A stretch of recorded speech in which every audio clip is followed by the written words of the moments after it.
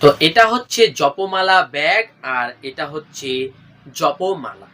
তো আজকে আপনাদের সামনে তুলে ধরবো যে কিভাবে এই জপমালায় জপ করতে হবে।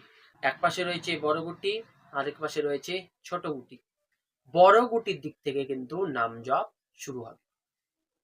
এইবার দেখুন, এই যে মধ্যমা আঙ্গুলিটি ঢুকিয়ে দেবেন, এই যে সুমেরু গুটি রয়েছে, তারপরে এই যে বড় গুটি রয়েছে, এটাতে কি করবেন, মধ্যমা আঙ্গুলিটি নিচে থাকবে আর এই বৃদ্ধাঙ্গুলি, এই যে বৃদ্ধাঙ্গুলি দেখছেন, এটা এভাবে থাকবে আর এই তর্জনী এরকম থাকবে।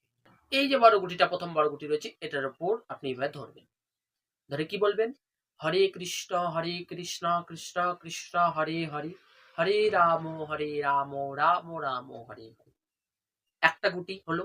এভাবে যখন পূর্ণ 16 নাম 32 অক্ষর আপনি উচ্চারণ করলেন, তখন আপনি কি করবেন, নেক্সট গুটিতে অগ্রসর হবেন।